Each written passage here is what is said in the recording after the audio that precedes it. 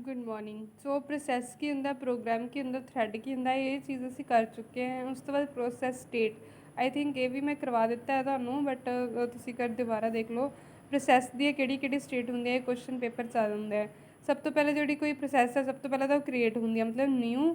उस तो बाद रनिंग स्टेट दे विच हुंदी है, then waiting state, then read ready and then टर्मीनेटेड।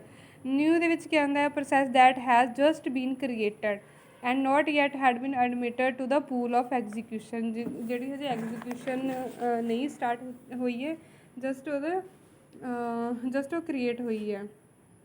Typically a new process has not yet been loaded into memory।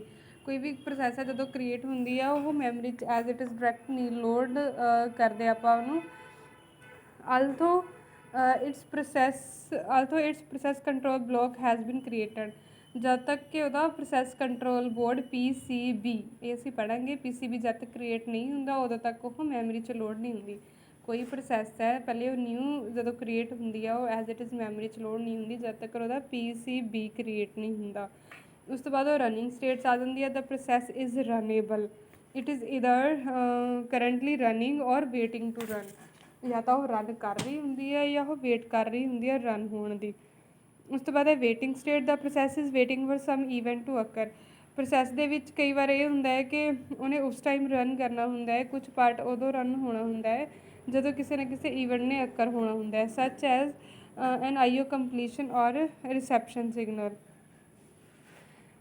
ਉਸ ਤੋਂ ਬਾਅਦ ਹੈ ਰੈਡੀ ਸਟੇਟ। ਰੈਡੀ ਸਟੇਟ ਦੇ ਅੰਦਰ ਕਿਆ ਹੈ, process that is prepare to execute when given the opportunity. ਪਹਿਲੇ waiting 'ਚ ਕਿਆ ਹੈ, process is waiting for some event to occur. Means ਇਹਨੂੰ ਤੁਸੀਂ ਇੱਦਾਂ ਸਮਝ ਲਓ ਕਿ ਕੋਈ ਪ੍ਰੋਸੈਸ ਚੱਲ ਰਹੀ ਹੈ, ਉਹਦੇ ਵਿੱਚ ਉਹਨੂੰ ਇਨ ਬਿਟਵੀਨ ਕਿਸੇ ਨਾ ਕਿਸੇ ਇਨਪੁਟ ਆਊਟਪੁੱਟ ਡਿਵਾਈਸ ਦੀ ਜ਼ਰੂਰਤ ਪੈਂਦੀ ਹੈ, ਜਾਂ ਫਿਰ ਉਹਨੂੰ ਉਹ ਕਿਸੇ ਇਸ ਚੀਜ਼ ਦੀ ਵੇਟ ਕਰ ਰਹੀ ਹੈ ਕਿ ਜਦੋਂ ਸਿਗਨਲ ਮਿਲੇਗਾ ਉਦੋਂ ਉਹਨੇ ਚੱਲਣਾ ਹੈ।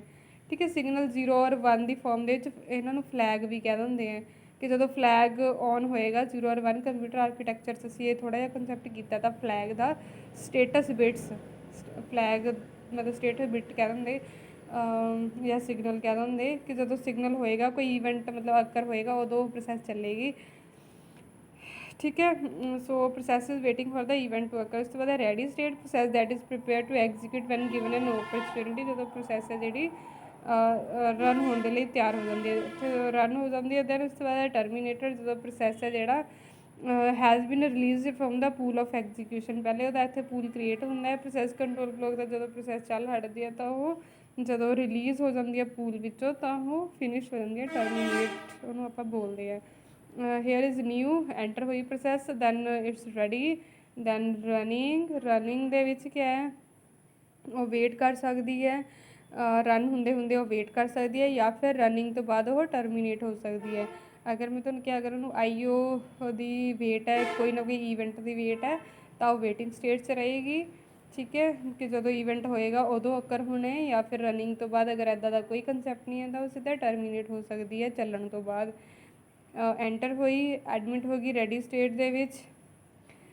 ਦੈਨ ਰਨਿੰਗ ਤੋਂ ਬਾਅਦ ਜਾਂ ਤਾਂ ਇੰਟਰਪਟ ਕੋਈ ਅਕਰ ਹੁੰਦਾ ਹੈ, ਮੀਨਜ਼ ਇਸ ਦਾ ਕੋਈ ਪ੍ਰੋਸੈਸ ਚੱਲ ਰਹੀ ਹੈ, ਉਸ ਤੋਂ ਵੀ ਬਹੁਤ ਜ਼ਿਆਦਾ ਜ਼ਰੂਰੀ ਵਾਲੀ ਪ੍ਰੋਸੈਸ ਆ ਗਈ। ਠੀਕ ਹੈ, ਇੰਟਰਪਟ ਹੋ ਗਿਆ ਤਾਂ ਉਹ ਪ੍ਰੋਸੈਸ ਹੈ ਜਿਹੜੀ ਵਾਪਸ ਰੈਡੀ ਸਟੇਟ ਦੇ ਵਿੱਚ ਵੀ ਜਾ ਸਕਦੀ ਹੈ। This is that's why here the right interrupt occur. ਠੀਕ ਹੈ, ਉਹ ਪ੍ਰੋਸੈਸ ਦੁਬਾਰਾ ਰੈਡੀ ਸਟੇਟ 'ਚ ਚਲੀ ਜਾਏਗੀ। ਬਟ ਅਗਰ ਰਨਿੰਗ 'ਚ ਹੈ ਤਾਂ ਕੋਈ ਈਵੈਂਟ ਦੀ ਵੀ ਵੇਟ ਹੋ ਸਕਦੀ ਹੈ, ਤਾਂ waiting for an event, then ਉਹ ਫਿਰ ਰੈਡੀ, ਅਤੇ ਇਸ ਤਰ੍ਹਾਂ ਵੀ ਚੱਲ ਸਕਦਾ ਹੈ, ਜਾਂ ਫਿਰ ਇੱਥੋਂ ਇੱਥੇ ਅਤੇ ਸਿੱਧਾ ਟਰਮੀਨੇਟ। ਉਸ ਤੋਂ ਬਾਅਦ ਇੰਪੋਰਟੈਂਟ ਕੰਸੈਪਟ ਹੈ process control block. Process control block ਕਿਆ ਹੁੰਦਾ ਹੈ, ਇੱਕ ਪ੍ਰੋਸੈਸਿਸ ਹੈ ਜਿਹੜੀਆਂ ਜਿਨ੍ਹਾਂ ਨੇ ਚੱਲਣਾ ਹੁੰਦਾ ਹੈ ਐਜ਼ ਇਟ ਇਜ਼, ਉਹ ਨਹੀਂ ਮੈਮਰੀ 'ਚ ਲੋਡ ਹੋ ਕੇ ਚੱਲਦੀਆਂ। ਪਹਿਲੇ ਉਹਨਾਂ ਦੇ ਲਈ ਇੱਕ ਬਲੋਕ ਬਣਾਉਣਾ ਪੈਂਦਾ ਹੈ ਜਿੱਥੇ ਸਾਰੀ ਪ੍ਰੋਸੈਸ ਦੀ ਇਨਫੋਰਮੇਸ਼ਨ ਸਟੋਰ ਹੁੰਦੀ ਹੈ। Process as an entry that consist of number of element ਹੁੰਦੇ ਆ। ਪ੍ਰੋਸੈਸ ਦੇ ਵਿੱਚ ਬਹੁਤ ਸਾਰੇ ਐਲੀਮੈਂਟ ਹੁੰਦੇ ਆ, ਲਾਈਕ ਉਹਦਾ ਪ੍ਰੋਸੈਸ ਦਾ ਨੰਬਰ ਕਿ ਕਿੰਨੀ ਮਤਲਬ ਹਰੇਕ ਦੀ ਅਲੱਗ ਅਲੱਗ ਚੀਜ਼ ਹੈ ਕਿ ਪ੍ਰੋਸੈਸ, ਜਿਵੇਂ ਹੁਣ ਇੱਕ ਬੱਚੇ ਦੀਆਂ ਕਿੰਨੀਆਂ ਇਨਫੋਰਮੇਸ਼ਨ ਹੁੰਦੀਆਂ, ਉਹਦਾ ਨੇਮ, ਫਾਦਰ ਨੇਮ, ਮਦਰ ਨੇਮ, ਉਹਦੀ ਕਲਾਸ, ਕਿੱਥੋਂ 10th ਕੀਤੀ ਹੈ, ਕਿੱਥੋਂ 12th ਕੀਤੀ ਹੈ, ਕਿੰਨੇ ਉਹਦੇ ਮਾਰਕਸ ਹੈ, ਇਹ ਹੈ ਉਹ ਹੈ। ਤਾਂ ਸਿਮਿਲਰਲੀ ਇੱਕ ਪ੍ਰੋਸੈਸ ਜਿਹੜੀ ਉਹਦੇ ਵੀ ਕਾਫੀ ਨੰਬਰ ਆਫ ਐਲੀਮੈਂਟ ਹੁੰਦੇ ਹੈ। Two essential element of process, ਦੋ ਇੰਪੋਰਟੈਂਟ ਕਿਹੜੇ ਹੈ, ਇੱਕ ਪ੍ਰੋਗਰਾਮ ਕੋਡ ਕਿਹੜਾ ਹੈ ਅਤੇ ਇੱਕ ਸੈਟ ਆਫ ਡਾਟਾ ਕਿਹੜਾ ਹੈ। To implement the process model, the operating system maintains a table. ਇਸ ਸਾਰੀ ਚੀਜ਼ ਨੂੰ ਕੰਟਰੋਲ ਕਰਨ ਦੇ ਲਈ ਆਪਰੇਟਿੰਗ ਸਿਸਟਮ ਹੈ ਜਿਹੜਾ ਇੱਕ ਟੇਬਲ ਕ੍ਰੀਏਟ ਕਰਦਾ ਹੈ ਜਿਹਨੂੰ ਅਸੀਂ ਪ੍ਰੋਸੈਸ ਕੰਟਰੋਲ ਬਲੋਕ ਕਹਿੰਦੇ ਹਾਂ ਵਿਦ ਵਨ ਐਂਟਰੀ ਪਰ ਪ੍ਰੋਸੈਸ। ਹਰੇਕ ਪ੍ਰੋਸੈਸ ਦੀ ਇੱਕ ਅਲੱਗ ਐਂਟਰੀ ਉਹਦੇ 'ਚ ਸਟੋਰ ਹੁੰਦੀ ਆ। ਹੁਣ PCB ਕਿਹੜੀ ਕਿਹੜੀ ਇਨਫੋਰਮੇਸ਼ਨ ਸਟੋਰ ਕਰਦਾ ਹੈ? ਸਭ ਤੋਂ ਪਹਿਲਾਂ ਤਾਂ ਹੋ ਗਿਆ ਪ੍ਰੋਸੈਸ ਆਇਡੈਂਟੀਫਾਇਰ। ਸਪੋਜ਼ ਕਰ ਲਓ ਕਿ ਬੱਚੇ ਦਾ ਨਾਮ, ਠੀਕ ਹੈ, ਪ੍ਰੋਸੈਸ ਆਇਡੈਂਟੀਫਾਇਰ ਕੋਈ ਜਿਵੇਂ 101 ਹੈ, ਪ੍ਰੋਸੈਸ ਦਾ ਨੰਬਰ ਅਸਾਈਨ ਹੈ 101। ਤਾਂ ਇੱਕ ਤਾਂ ਹੋ ਗਿਆ process identifier, a unique identifier associated with a process to distinguish, ਠੀਕ ਹੈ ਜੀ। Numeric identifier that may be stored, okay. Process identifier ਹੋ ਸਕਦਾ ਹੈ। ਸੈਕਿੰਡ ਇਨਫੋਰਮੇਸ਼ਨ ਹੋ ਸਕਦੀ ਹੈ process state, current state of the process. New state ਦੇ ਵਿੱਚ ਹੈ, ਰੈਡੀ ਸਟੇਟ 'ਚ ਹੈ, ਰਨਿੰਗ ਸਟੇਟ 'ਚ ਹੈ, ਵੇਟਿੰਗ ਸਟੇਟ 'ਚ ਹੈ। ਕਿਹੜੀ ਸਟੇਟ ਦੇ ਵਿੱਚ ਪ੍ਰੋਸੈਸ ਹੈਗੀ ਹੈ ਉਹ ਵੀ PCB ਸਟੋਰ ਕਰਕੇ ਰੱਖਦਾ ਹੈ। ਪ੍ਰੋਗਰਾਮ ਕਾਊਂਟਰ, ਨੈਕਸਟ ਕਿਹੜੀ ਇੰਸਟਰਕਸ਼ਨ ਚੱਲਣੀ ਹੈ, address of the next instruction. ਇੱਕ ਇੰਸਟਰਕਸ਼ਨ ਖਤਮ ਹੋਣ ਤੋਂ ਬਾਅਦ ਨਾਲ ਦੀ ਨਾਲ ਦੂਜੀ ਚੱਲਣੀ ਹੁੰਦੀ ਹੈ ਅਤੇ ਉਹ ਕਿਹੜੀ ਹੈ, ਉਹ ਪ੍ਰੋਗਰਾਮ ਕਾਊਂਟਰ। ਉਹ ਵੀ ਇਨਫੋਰਮੇਸ਼ਨ ਸਟੋਰ ਹੁੰਦੀ ਹੈ PCB ਦੇ ਵਿੱਚ, ਮੀਨਸ ਪ੍ਰੋਗਰਾਮ ਕਾਊਂਟਰ, ਅੱਗੇ ਕਿਹੜਾ ਕਾਊਂਟ ਮਤਲਬ ਚੱਲੇਗਾ ਪ੍ਰੋਗਰਾਮ। ਮੈਮਰੀ ਪੁਆਇੰਟਰ, ਮੈਮਰੀ ਨੂੰ ਇਹ ਵੀ ਇਨਫੋਰਮੇਸ਼ਨ ਹੈ ਜਿਹੜੀ PCB ਸਟੋਰ ਕਰਕੇ ਰੱਖਦਾ ਹੈ। Includes pointer to the program code.